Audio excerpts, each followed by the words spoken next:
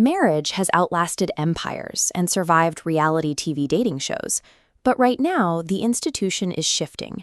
Fewer people are getting married, more are staying single longer, and some are skipping the legal paperwork entirely. This shift directly impacts your wallet, your emotional life, and your shared digital subscriptions.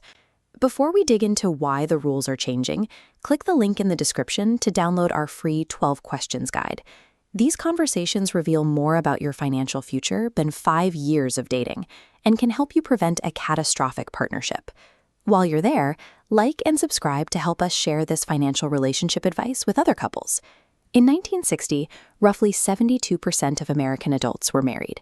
At the time, universal expectations meant women typically married around age 20 and men by 23, building a suburban life almost immediately after reaching adulthood.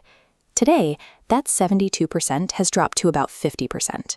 The average age for a first marriage continues to climb, with women waiting until age 28 and men until 30. The data shows that marriage is no longer the universal foundation of adult society. It's a major shift, and it forces us to ask why people are opting out. Much of this comes down to simple math. The average American wedding costs $30,000. For generations carrying record student loan debt while facing high rent, dropping that much on a single party, even with an open bar, is a massive financial hurdle. This cost has turned marriage into a luxury item.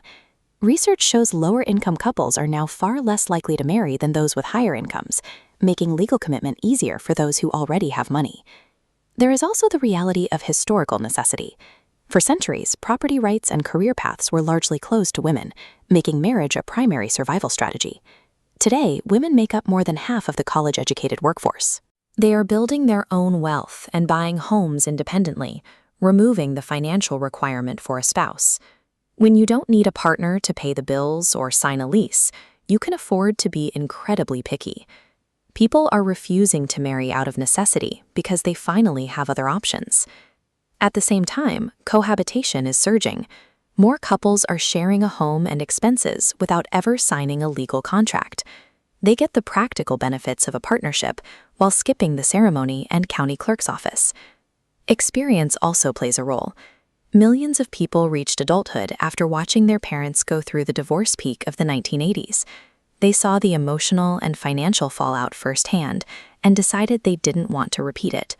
A divorce involves legal fees, asset splitting, and potentially even alimony, often forcing people to start over entirely from scratch. Some of these legal battles cost as much as a college education. People are looking at the logic of the situation. Risking a total financial wipeout on what feels like a 50-50 coin toss doesn't make sense to a risk-averse generation. These declining rates reflect a calculated effort to protect long-term financial stability.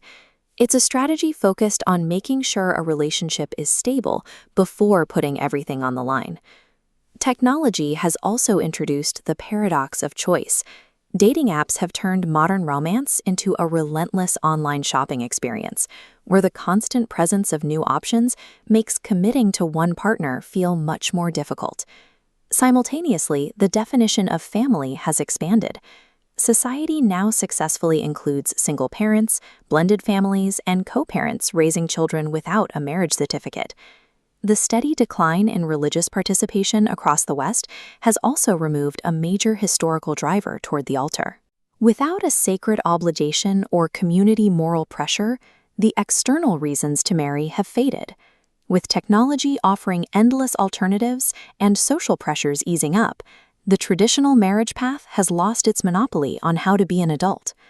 To be clear, marriage isn't vanishing. The legal protections, tax benefits, and healthcare rights it provides are still highly valuable for many couples. But the financial warning remains the same. Sharing a life means sharing financial risk, whether you are legally married or just living together. Ending a long-term cohabitating relationship without legal protections can have severe consequences. Love is free, but weddings, shared leases, and breakups are not. Choosing a relationship path requires complete awareness of what you are getting into and what it might eventually cost you. Grab the 12 questions guide in the description to help you prevent a catastrophic partnership.